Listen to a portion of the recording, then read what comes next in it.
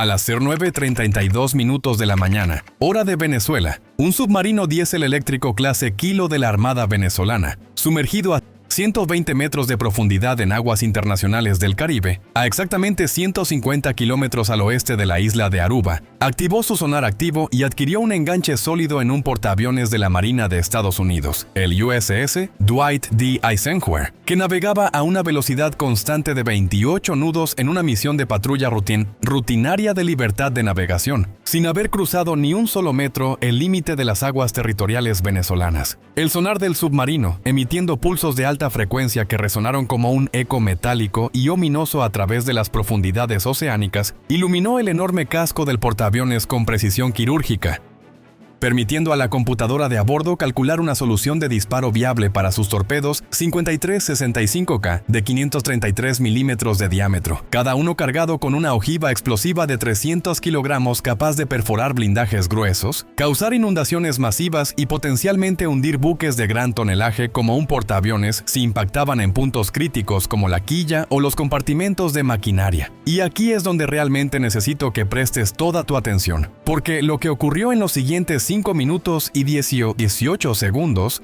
no solo alteró drásticamente el destino de ese submarino y su tripulación de 52 hombres valientes pero mal guiados, hombres que habían dejado familias en tierra con promesas de regreso seguro después de un ejercicio rutinario, sino que desencadenó una respuesta naval estadounidense tan precisa, coordinada y abrumadora, que Venezuela perdería aproximadamente $1.500 millones en activos navales y submarinos críticos, más el 52% de su capacidad total de guerra submarina, en menos de 10 horas de operaciones intensivas y quirúrgicas que dejarían a la Armada venezolana tambaleándose por años. Pero déjame retroceder un poco más de lo habitual, porque para entender completamente cómo llegamos a este punto de no retorno submarino, necesitas sumergirte en la serie absurda y casi tragicómica de malentendidos operativos, fallos de inteligencia naval, interpretaciones paranoicas exacerbadas por años de tensiones geopolíticas y, francamente, una arrogancia submarina pura y desmedida, que llevó al capitán venezolano a cometer posiblemente el error más costoso y humillante de su vida militar: ordenar adquirir un enganche de torpedos contra un portaaviones estadounidense que no representaba una amenaza inmediata, no había mostrado intenciones hostiles evidentes más allá de su mera presencia,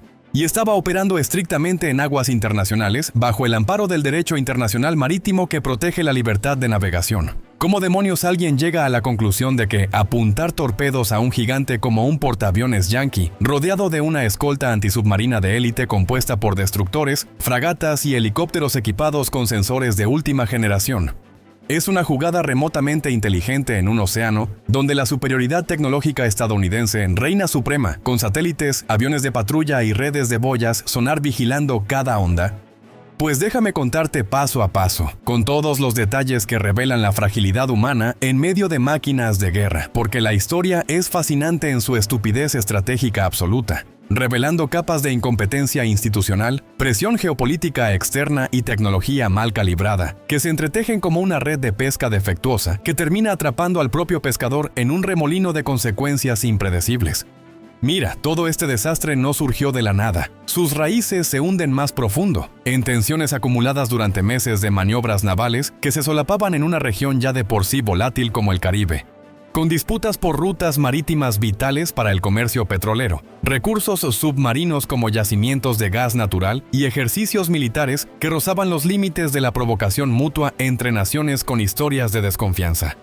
Pero para fines prácticos, rebobinemos a esas 60 horas previas, cuando el alto mando de la Armada venezolana, reunido en salas de estrategia con mapas digitales proyectados en pantallas gigantes y modelos 3D de buques enemigos, decidió lanzar un ejercicio naval de gran escala y alta intensidad llamado Guardián Oceánico 2025. La idea principal, según los almirantes y estrategas que debatieron durante horas en el Centro de Operaciones Navales Fortificado de Puerto Cabello, con el olor a café fuerte y humo de cigarrillos prohibidos flotando en el aire, era poner a prueba las capacidades submarinas mejoradas de la flota.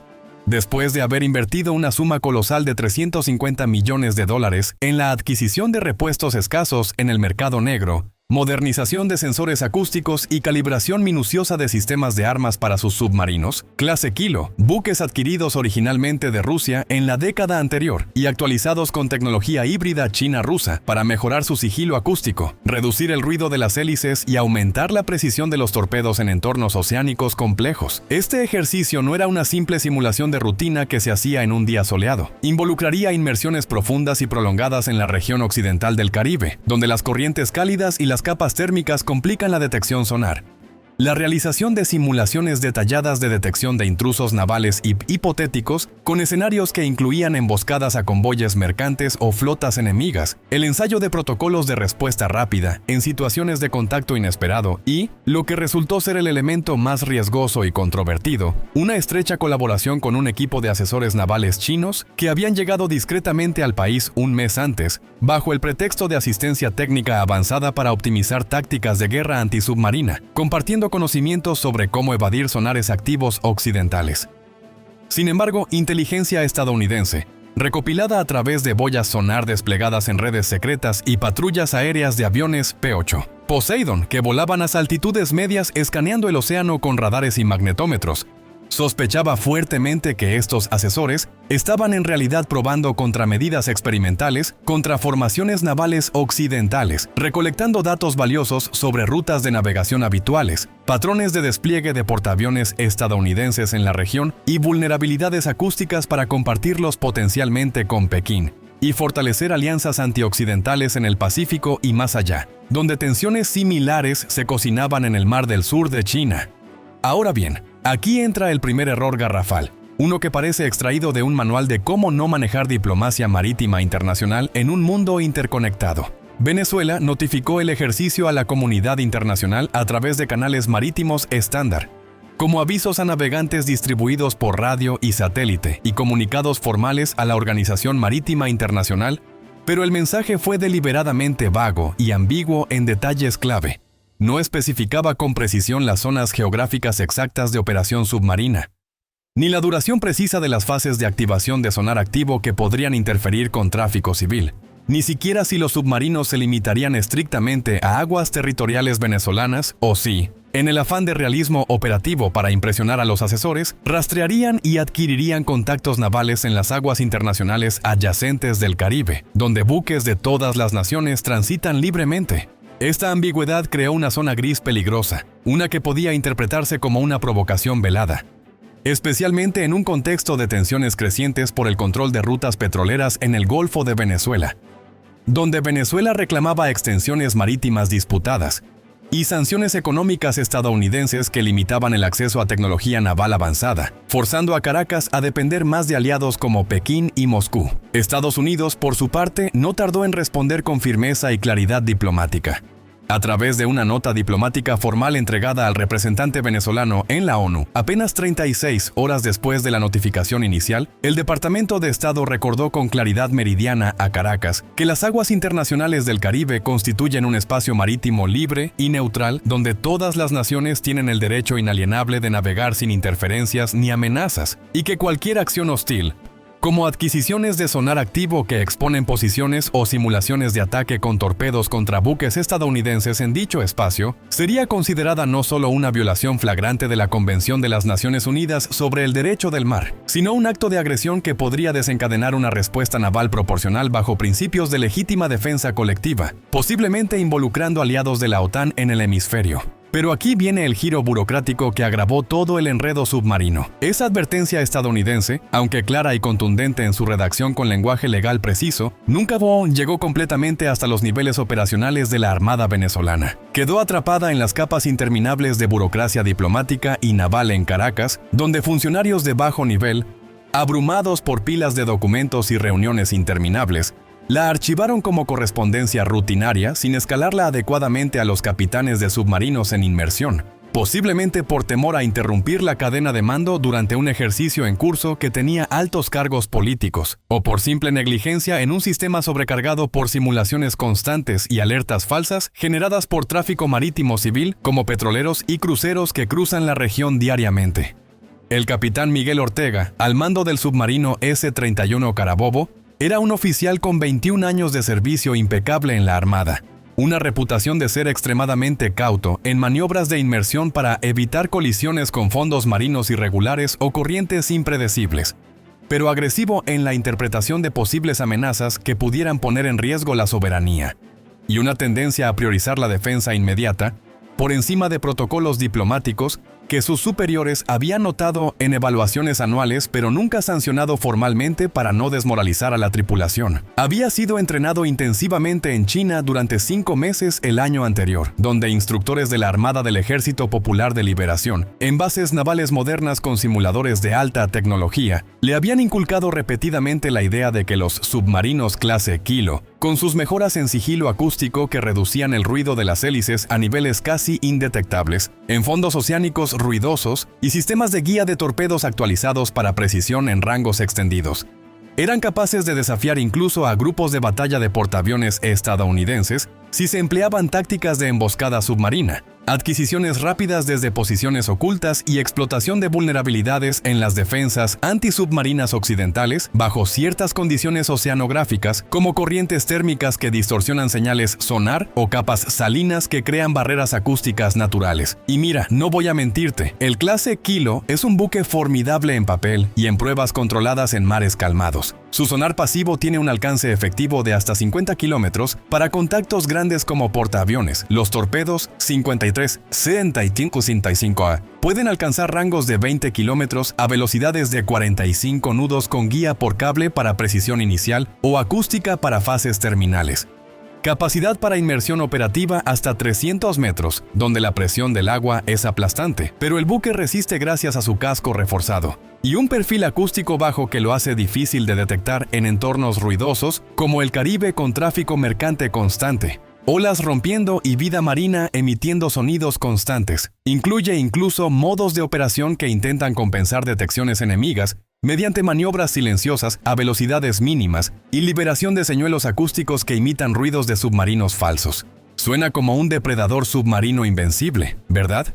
Pero la propaganda china olvida convenientemente que contra un grupo de batalla de portaaviones equipado con helicópteros antisubmarinos MH-60R que pueden lanzar torpedos desde el aire, sonares de arrastre variables en destructores que escanean fondos profundos y aviones de patrulla marítima con boyas, sonar activas que crean redes de detección. Es como un lobo solitario enfrentando a una manada armada con rifles de precisión y drones de vigilancia. La asimetría tecnológica es abismal, con los estadounidenses teniendo ventajas en inteligencia en tiempo real y coordinación satelital. Ortega no parecía entender, o tal vez no quería aceptar, esa distinción crítica entre teoría en simuladores chinos y práctica naval en un océano real donde el error cuesta vidas y buques. Cuando el ejercicio Guardián Oceánico 2025 comenzó oficialmente a las 6:01 de la mañana, con el mar Caribe aún envuelto en la penumbra antes del amanecer, y las olas rompiendo suavemente contra el casco del submarino antes de la inmersión final, Ortega recibió sus órdenes directas del Comando de Superficie a través de un enlace de comunicaciones submarinas cifrado que emitía pitidos intermitentes en el silencio tenso del interior. Sumergirse a profundidad operativa para evitar detección superficial, activar sonar pasivo para monitoreo continuo del entorno acústico,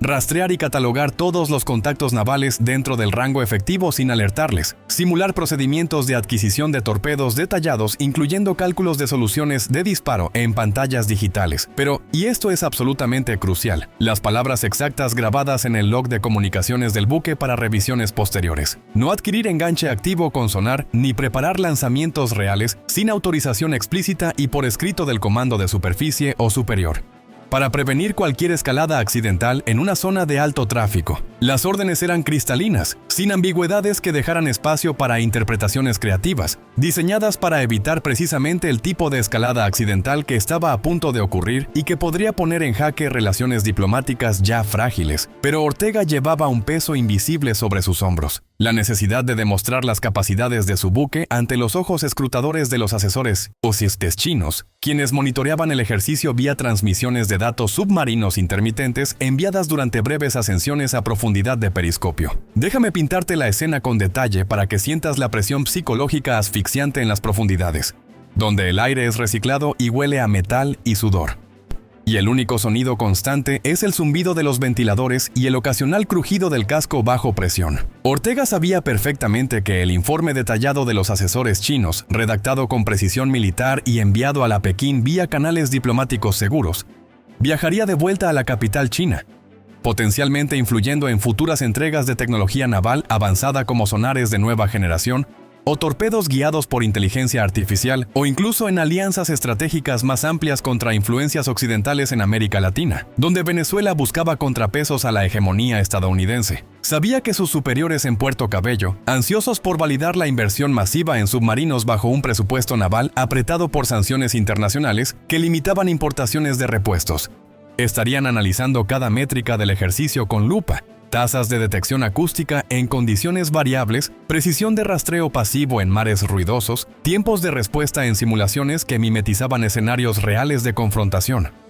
Y francamente creo que una parte profunda de él, alimentada por años de doctrina naval antiimperialista en las academias venezolanas, donde se enseñaba historia de intervenciones extranjeras, quería demostrar algo personal: que Venezuela, un país con una armada a menudo subestimada en el escenario global y ridiculizada en foros internacionales, no era un actor secundario que podía ser ignorado por superpotencias marítimas con flotas de cientos de buques, que las inversiones en armamento de aliados como Rusia y China valían cada centavo robado al presupuesto nacional, que él, como capitán, era un líder competente capaz de manejar un submarino complejo bajo las presiones reales del océano, donde un error podía significar la diferencia entre gloria y un funeral en el fondo marino. Efectivamente, esa mezcla tóxica de presión profesional externa proveniente de Pekín, orgullo nacional arraigado en la identidad bolivariana y una arrogancia tecnológica mal calibrada creó una situación volátil donde el juicio racional fue suplantado gradualmente por un pensamiento desiderativo peligroso,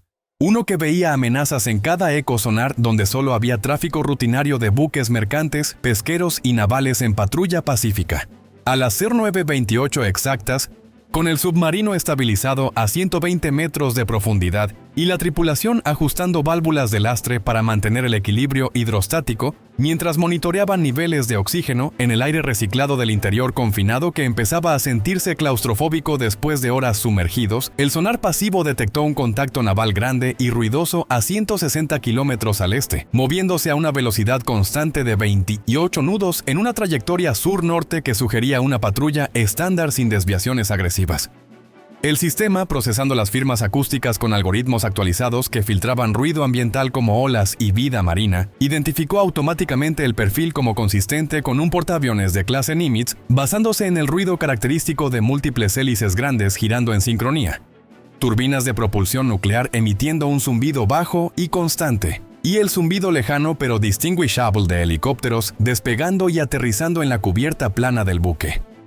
El operador de sonar principal, el suboficial Pedro Sánchez, un veterano con 12 años en submarinos que había estado en su puesto desde la inmersión inicial a las 6:30 ajustando auriculares y calibrando filtros para eliminar falsos positivos, reportó inmediatamente el contacto a Ortega con voz calmada pero alerta. Capitán, contacto naval detectado en sector este, distancia 160 kilómetros, velocidad 28 nudos, profundidad superficial típica de buques grandes, perfil consistente con portaaviones enemigo, posiblemente estadounidense por la firma acústica única de sus turbinas nucleares, posición confirmada en aguas internacionales, aproximadamente 150 kilómetros de nuestra costa occidental, claramente fuera de límites territoriales soberanos. El ruido es fuerte pero no hostil. Sugiere navegación rutinaria sin maniobras evasivas o aceleraciones que indiquen alerta. Ortega, inclinado sobre la consola sonar en el centro de control estrecho y iluminado por luces rojas tenues, para preservar la visión nocturna de la tripulación en caso de emergencia, ordenó sin vacilar activar el sonar activo en modo de pulso corto para confirmar la identidad del contacto, obtener datos precisos de distancia, vector de movimiento y posible composición de la escolta que podría acompañar a un buque tan valioso. Ahora déjame explicarte en detalle qué significa esto. Porque es un punto pivotal que separa una vigilancia pasiva e invisible de una amenaza activa y detectable en el dominio submarino, donde la discreción es la clave para la supervivencia. Cuando pasas de sonar pasivo, que simplemente escucha ruidos emitidos por otros buques sin revelar tu posición propia al no emitir señales, a sonar activo, estás esencialmente pintando el objetivo con pulsos sonoros de alta frecuencia que rebotan en el casco enemigo y regresan a tus sensores, permitiendo generar una solución de disparo precisa para torpedos con cálculos de trayectoria que consideran corrientes y densidad del agua, pero al mismo tiempo alerta inmediatamente al objetivo de tu presencia y ubicación aproximada, ya que el pulso se propaga como un faro acústico en el océano, detectable por cualquier sistema antisubmarino moderno. Es el equivalente submarino a encender una linterna en una habitación oscura llena de enemigos armados hasta los dientes. Técnicamente no has atacado aún, pero has cruzado de una observación implícita y segura a una amenaza explícita e inminente que cualquier capitán de superficie interpretaría como hostil, activando protocolos de defensa inmediata.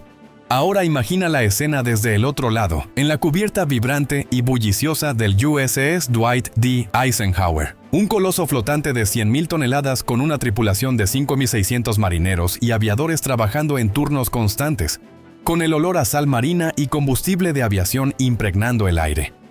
La capitana Sarah Klein, al mando con 2.500 horas de experiencia en operaciones navales acumuladas en mares desde el Atlántico hasta el Índico, y veterana de despliegues tensos en el Golfo Pérsico, donde amenazas submarinas eran cotidianas, estaba en el puente de mando supervisando la navegación rutinaria con binoculares en mano y un equipo de oficiales monitoreando radares de superficie, cuando la alarma antisubmarina explotó con un tono agudo y persistente en la sala de operaciones submarinas adyacente, un espacio lleno de pantallas acústicas y operadores con auriculares concentrados. El sistema de alerta acústica del portaaviones, integrado con sonares pasivos de casco y redes de boyas desplegadas, clasificó automáticamente el pulso como sonar activo proveniente de un submarino clase Kilo venezolano, con dirección aproximada al oeste y profundidad estimada de 120 metros, basada en análisis de propagación de ondas. Klein sintió esa oleada de adrenalina controlada, entrenada para mantener la calma en crisis,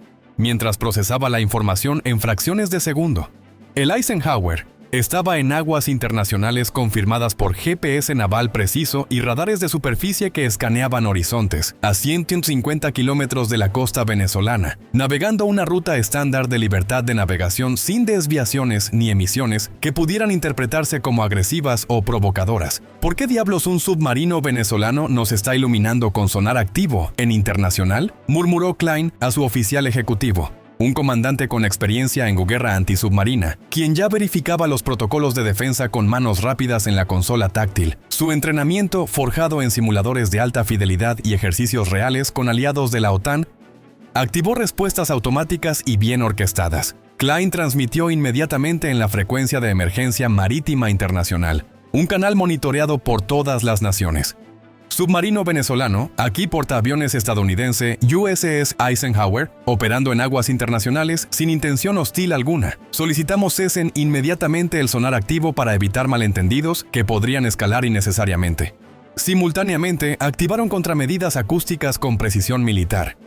Lanzaron boyas sonar desde la popa del buque que generaron interferencia electrónica submarina para degradar la efectividad del sonar venezolano, creando ecos falsos y ruido ambiental.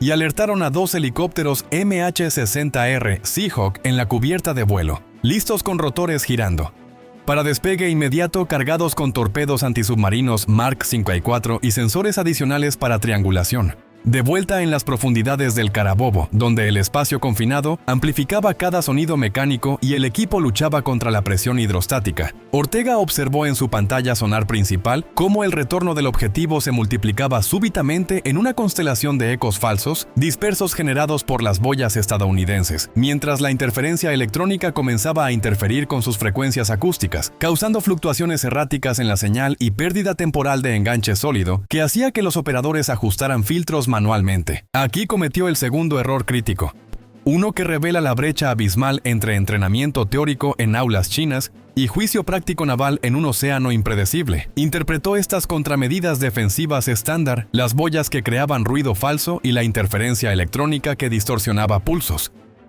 no como una respuesta lógica y predecible a su propia iluminación hostil con sonar activo, sino como una acción ofensiva deliberada por parte del intruso. que confirmaba sus peores sospechas. Su lógica retorcida, posiblemente influida por las doctrinas chinas que enfatizan la agresión preemptiva en escenarios submarinos para ganar ventaja táctica, fue algo así. Si el objetivo está desplegando boyas sonar y generando interferencia electrónica de inmediato, significa que tiene intenciones hostiles bien preparadas. Probablemente preparándose para un ataque antisubmarino coordinado contra nosotros con helicópteros y destructores, y por lo tanto, constituye una amenaza inmediata que justifica preparar una respuesta defensiva plena con torpedos listos en los tubos. Es un razonamiento absolutamente insano y contraproducente, porque cualquier capitán de portaaviones en el mundo, desde un buque ruso en el Mar Negro hasta un chino en el Pacífico, activaría contramedidas acústicas de inmediato al ser iluminado por sonar activo. Es procedimiento operacional estándar grabado en manuales de supervivencia naval, no una indicación de hostilidad inminente, sino una medida protectora básica. Pero Ortega ya se había encerrado en una narrativa mental donde estaba defendiendo heroicamente las aguas venezolanas contra un agresor naval estadounidense que, en su mente condicionada por años de propaganda, representaba la encarnación del imperialismo. Los asesores chinos, monitoreando remotamente desde una base en tierra con enlaces de datos intermitentes, probablemente contribuyeron sutilmente a esta decisión a través de mensajes previos durante el briefing inicial, ya que Ortega quería impresionarlos demostrando que podía mantener el enganche en un objetivo de alto valor incluso bajo contramedidas activas, validando así las capacidades de los submarinos que China promociona como exportables a aliados en desarrollo. Ordenó a Sánchez cambiar las frecuencias de sonar activo rápidamente y aumentar la potencia de los pulsos al máximo permitido, un 110% del nominal para penetrar la interferencia electrónica y restaurar claridad en la señal. El sistema luchó valientemente durante 28 segundos, con operadores ajustando perillas y recalibrando algoritmos en tiempo real mientras el submarino vibraba ligeramente por las ondas, antes de restablecer un enganche intermitente, pero ahora mostrando el objetivo a 155 kilómetros, moviéndose ligeramente hacia el norte, alejándose claramente de Venezuela en un vector que indicaba desescalada intencional para evitar confrontación. Klein, en el Eisenhower, había iniciado un giro gradual y suave hacia el norte, incrementando la distancia para demostrar de manera inequívoca que no tenía intenciones hostiles y buscando calmar la situación, mientras transmitía su situación en tiempo real a un destructor de escolta cercano equipado con sonar de arrastre variable que colgaba de la popa como una cola acústica. El oficial antisubmarino en el destructor, un teniente con experiencia en ejercicios conjuntos con la OTAN, confirmó la posición del submarino venezolano mediante triangulación y aconsejó por radio cifrada: mantenga distancia actual y prepare helicópteros para despliegue. No detectamos lanzamiento inminente de torpedos, pero la situación es anómala y podría escalar si persisten. Klein reconoció la transmisión con un breve copiado y aumentó la velocidad del portaaviones a 32 nudos mientras ascendía aviones de alerta temprana E-2 Hawkeye para monitoreo aéreo amplio, razonando que mayor velocidad, combinada con la distancia creciente, proporcionarían un margen de seguridad adicional si los venezolanos persistían en su error de juicio, posiblemente motivado por órdenes superiores o malentendidos locales, lo que Klein no sabía, ni podía imaginar en ese momento de tensión controlada en el puente, era que en las profundidades del océano, Ortega estaba a punto de tomar la decisión fatal que lo cambiaría todo, convirtiendo un ejercicio rutinario en una crisis internacional. El capitán, mirando fijamente la pantalla sonar que ahora mostraba el contacto como un eco errático, pero aún dentro del rango efectivo de sus torpedos, alrededor de 20 kilómetros para un disparo óptimo que maximizara daño, tomó el periscopio de comunicaciones, un tubo retráctil que ascendía brevemente a la superficie para transmisiones, para intentar contactar el comando de superficie en Puerto Cabello y solicitar autorización explícita para preparar torpedos en los tubos. Pero aquí está el detalle técnico que selló el destino del buque y su tripulación.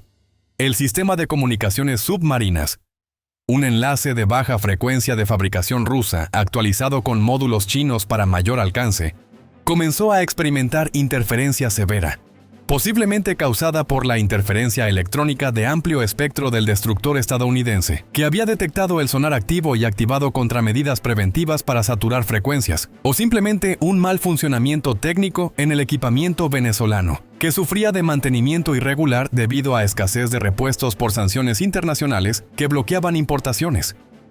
Después de 5 intentos fallidos de establecer una conexión clara, con estática crujiente y señales cortadas que llenaban los auriculares de ruido blanco, Ortega tomó la decisión unilateral e irrevocable, convencido de que el silencio radio era parte de un blackout enemigo.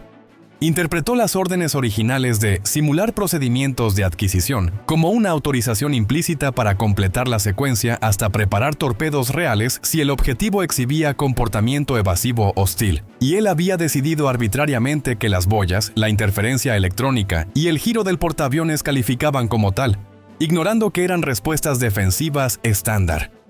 A las 09:32 minutos, con el submarino temblando ligeramente por las corrientes profundas que empujaban contra el casco, Ortega ordenó con voz firme pero tensa: adquirir solución de disparo completa.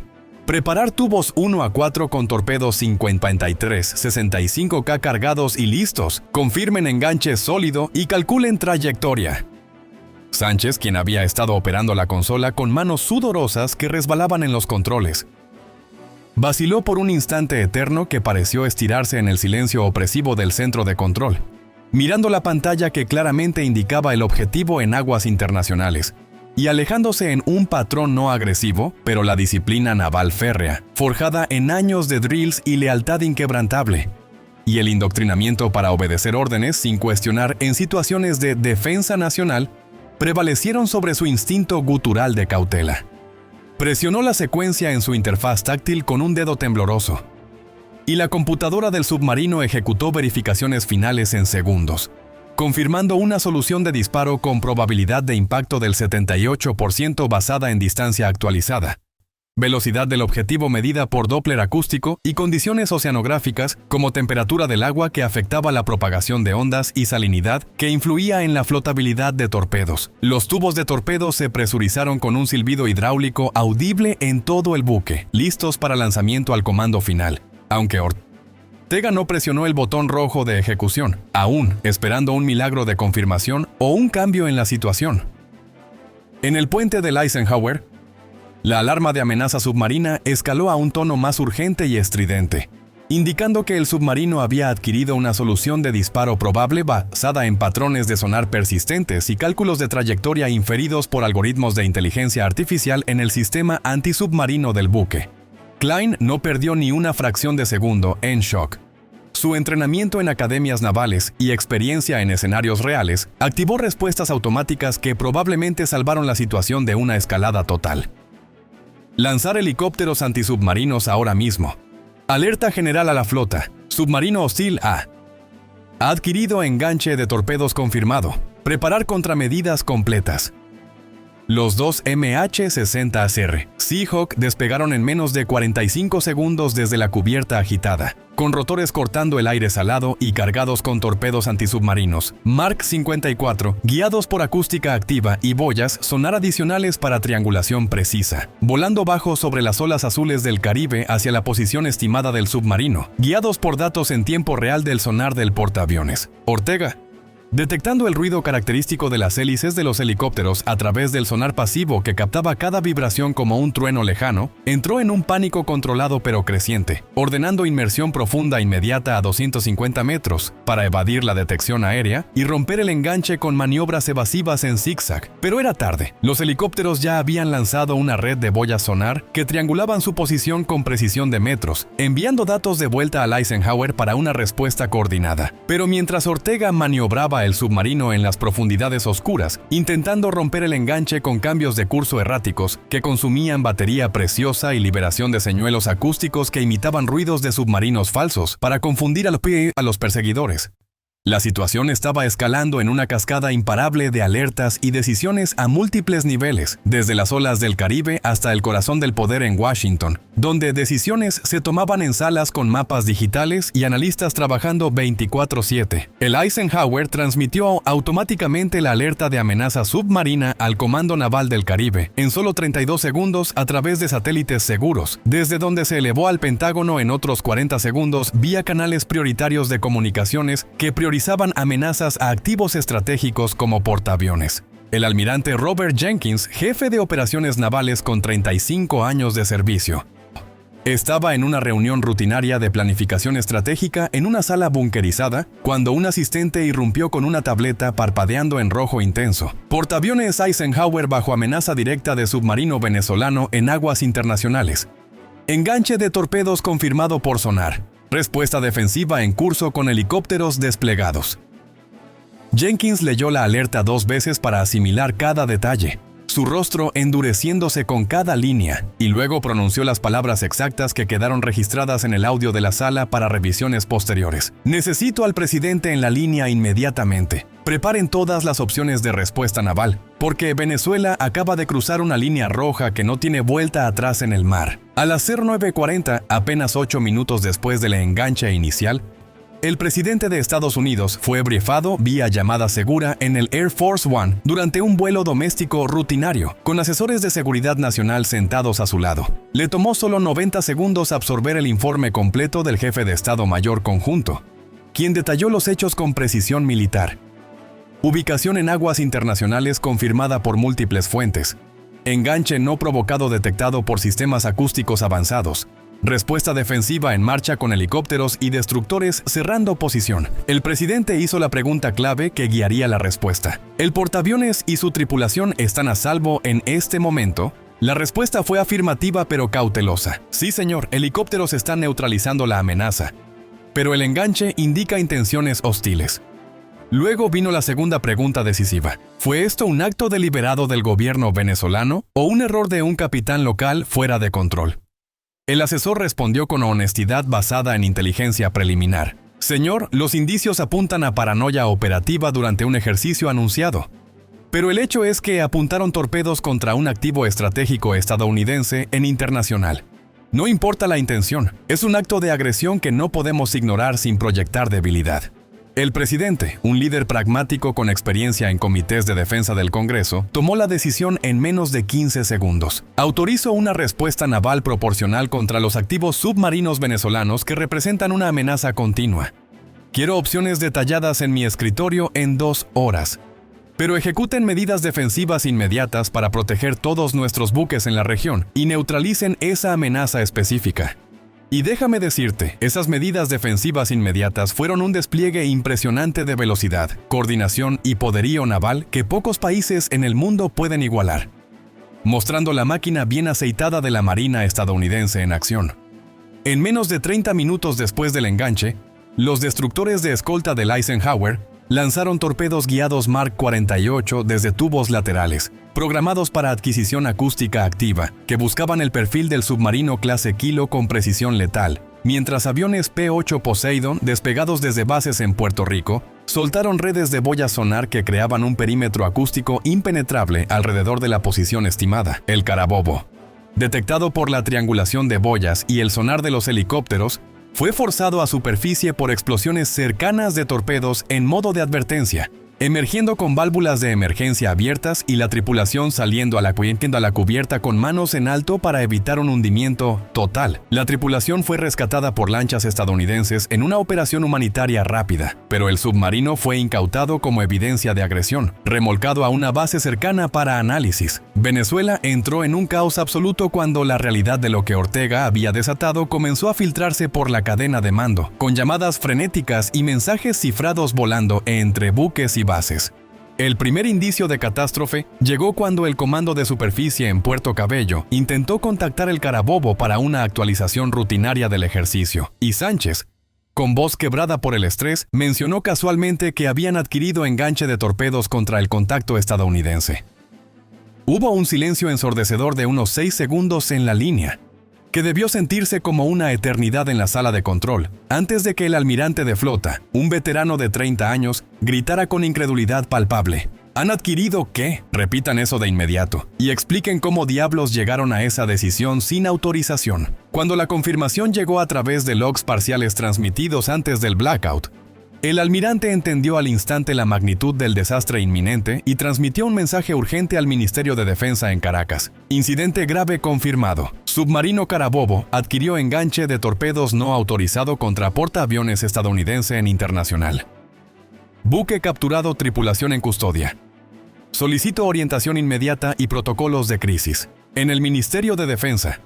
un edificio fortificado con búnkers subterráneos y guardias armados en cada entrada. El mensaje causó una confusión inicial tan profunda que algunos oficiales pensaron que era un error de transmisión o parte de una simulación mal etiquetada del ejercicio, pero cuando confirmaciones adicionales llegaron de fuentes múltiples, incluyendo monitoreo de transmisiones estadounidenses que hablaban abiertamente de amenaza submarina y respuesta en curso, la realidad se impuso como un mazazo en una mesa de estrategia. El ministro de Defensa, general Antonio Rivera, convocó una reunión de emergencia del Gabinete de Seguridad Nacional que comenzó a las 10:45, apenas una hora después del enganche, con asistentes llegando en helicópteros y vehículos blindados. Los presentes incluían al jefe de Estado Mayor de la Armada, el comandante de operaciones submarinas, el ministro de Relaciones Exteriores y, por videoconferencia segura desde Nueva York, al embajador venezolano en las Naciones Unidas. Rivera abrió la reunión con palabras que, según testigos presentes, resonaron como un lamento de derrota anticipada. Señores, nos enfrentamos a la crisis naval más grave de nuestra historia moderna, una que podría hundir no solo un submarino, sino nuestra credibilidad internacional. Un capitán ha actuado sin autorización y adquirido enganche contra un portaaviones estadounidense en aguas internacionales. Necesito respuestas claras y accionables. Primero, ¿qué exactamente sucedió en ese buque sumergido? Segundo, ¿por qué diablos nadie en la cadena de mando lo detuvo a tiempo? Y tercero, ¿cómo lo manejamos antes de que los estadounidenses conviertan nuestra flota en chatarra flotante y nos impongan más sanciones? El informe que siguió, presentado por un oficial de inteligencia con diapositivas proyectadas en una pantalla gigante, pintó un cuadro devastador de fallos en cadena a todos los niveles. Ortega había malinterpretado o ignorado deliberadamente las órdenes dependiendo de la perspectiva. La cadena de mando había fallado en garantizar que las instrucciones fueran comprendidas sin ambigüedades durante el briefing inicial. Las comunicaciones habían colapsado en el momento crítico debido a interferencia o fallos técnicos, impidiendo que Ortega consultara antes de adquirir el enganche, y la supervisión de los asesores chinos había sido insuficiente, o tal vez demasiado influenciadora si habían fomentado un enfoque agresivo en sus sesiones de entrenamiento. Pero más allá de asignar culpas que podrían esperar a investigaciones posteriores, la prioridad inmediata era qué hacer ahora que el enganche había sido adquirido, el submarino capturado y Estados Unidos, sin duda, estaba preparando una réplica naval. Las opciones debatidas en esa sala, según transcripciones parciales filtradas posteriormente a la prensa internacional, variaban desde lo optimista hasta lo delirante en su desconexión de la realidad. El ministro de Relaciones Exteriores propuso emitir una disculpa inmediata y pública, caracterizando el incidente como un error trágico de un oficial descontrolado durante un ejercicio, ofreciendo compensación por cualquier interrupción y el castigo ejemplar de la responsable con corte marcial, con la esperanza de que esto apaciguara a Washington y evitara una escalada militar que podría involucrar bloqueos navales.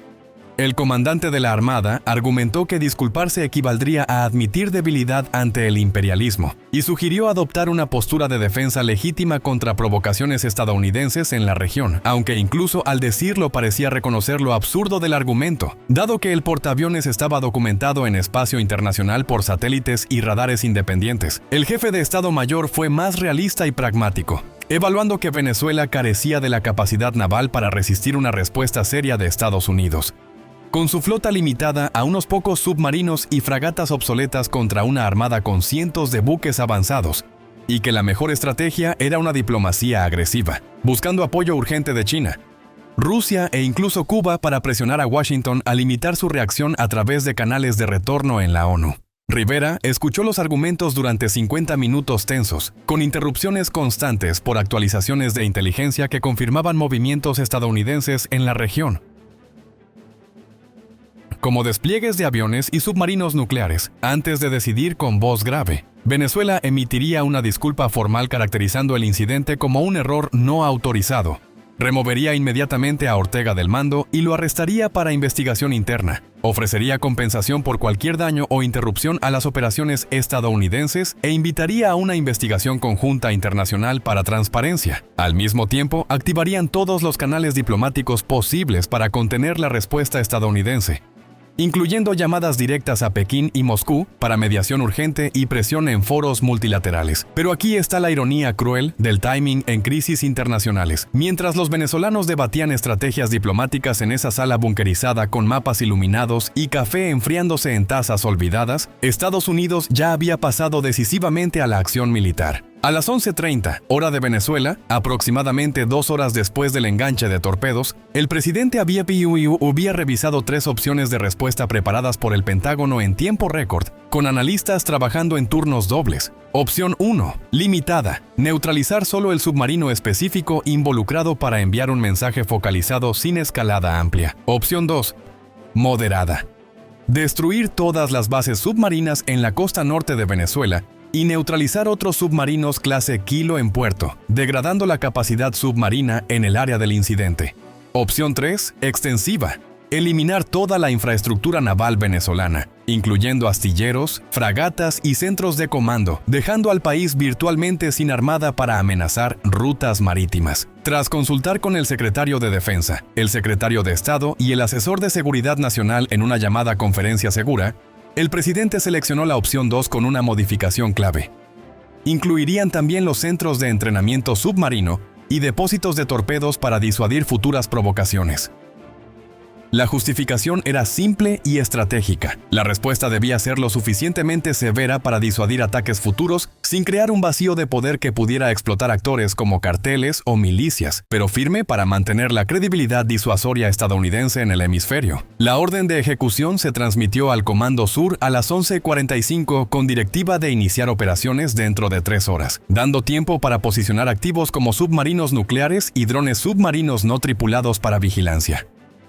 Mientras los planificadores militares estadounidenses trabajaban en los detalles de la operación, que bautizaron Marea Silenciosa en referencia al sigilo submarino del incidente, los eventos seguían desarrollándose en paralelo tanto en el plano militar como diplomático. Con cables diplomáticos cruzando el Atlántico y el Pacífico, el Carabobo había sido remolcado a una base estadounidense en el Caribe, donde equipos de inteligencia naval lo desmantelaban para analizar sistemas de armas y logs de sonar, mientras la tripulación era interrogada humanitariamente antes de repatriación. Ortega fue arrestado por la Policía Naval venezolana a las 12:15 cuando un equipo llegó por helicóptero a la superficie donde flotaba el buque capturado, con órdenes directas del alto mando. Según testigos estadounidenses que observaron la escena, inicialmente resistió, argumentando con pasión que había actuado en defensa de la patria contra una amenaza percibida. Cuando el oficial leyó los cargos, desobediencia a órdenes directas, poniendo en peligro la seguridad nacional e iniciación de conflicto armado no autorizado. La realidad pareció golpearlo y permitió ser esposado sin más resistencia. Llevado a una prisión naval en Caracas para aislamiento. Irónicamente, los asesores chinos desaparecieron antes de investigaciones, extraídos por diplomáticos para evitar preguntas sobre su rol. A nivel diplomático, las cosas se movían a ritmo frenético, pero no en la dirección que Venezuela esperaba. El gobierno emitió una disculpa formal a las 12:30, transmitida por canales diplomáticos a Washington, reconociendo el enganche no autorizado, expresando pesar profundo, anunciando el arresto de Ortega y ofreciendo compensación más cooperación. Pero el timing fue fatal. Para cuando llegó, la decisión militar estadounidense ya estaba en marcha. El secretario de Estado respondió: "Apreciamos el gesto, pero no borra el acto de agresión.